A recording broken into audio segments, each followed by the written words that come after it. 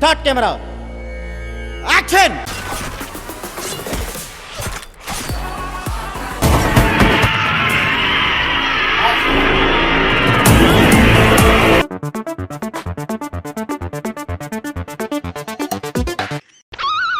నేను దీనికోసం వెయిట్ చేస్తున్నాను.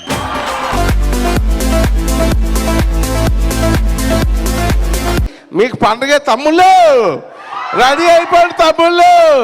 నేను రేపు మా బాలయ్య పుట్టినరోజు, నేను తప్పకుండా